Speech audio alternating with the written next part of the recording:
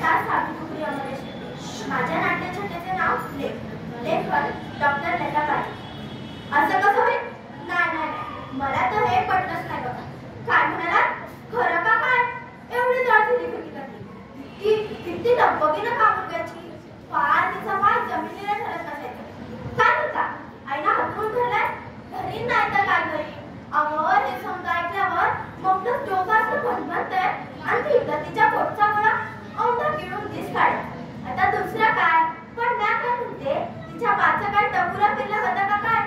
एवढी तरणी पोर आज ना उद्या उजवायला आली असती.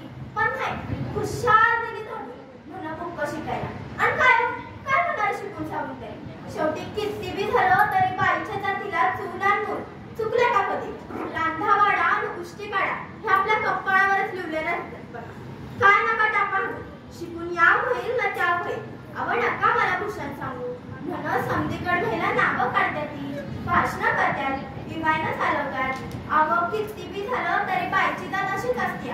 टाकली तिथं सपाट जाती, सर्वांनी सावरून सासू माहेर जोडून घेतली. पण म्हणून काय लेकराला बोर्डिंगला धाडायचं? काय बी आपलं पुढ घ्यायचं आणि पुरं करायचं. नक्का मला शिकू. मोठ्या तोंडाला सांगताय का?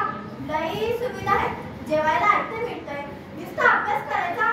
अव किती बी झालं तरी आईच्या हाताची सर कशाला बी नाही. आणि अभ्यास तर काय तू बी करीतच होती की सांग सकाळ. मग पहिल्या नंबरात पास होतच होते ना? काय म्हणता? पुढचे वर्ग आपल्या गावात नाही?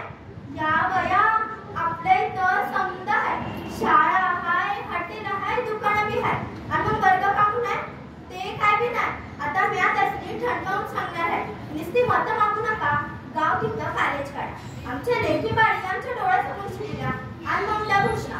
मुलगी शिकली, प्रगती झाली. त्यांची प्रगती तर गावाची प्रगती, आणि गावाची प्रगती तर देशाची प्रगती. नाहीतर म्हशीची शिंग म्हशीला चढवत नसते. आमची लेख आहे तर तिची काळजी मी आम्हीच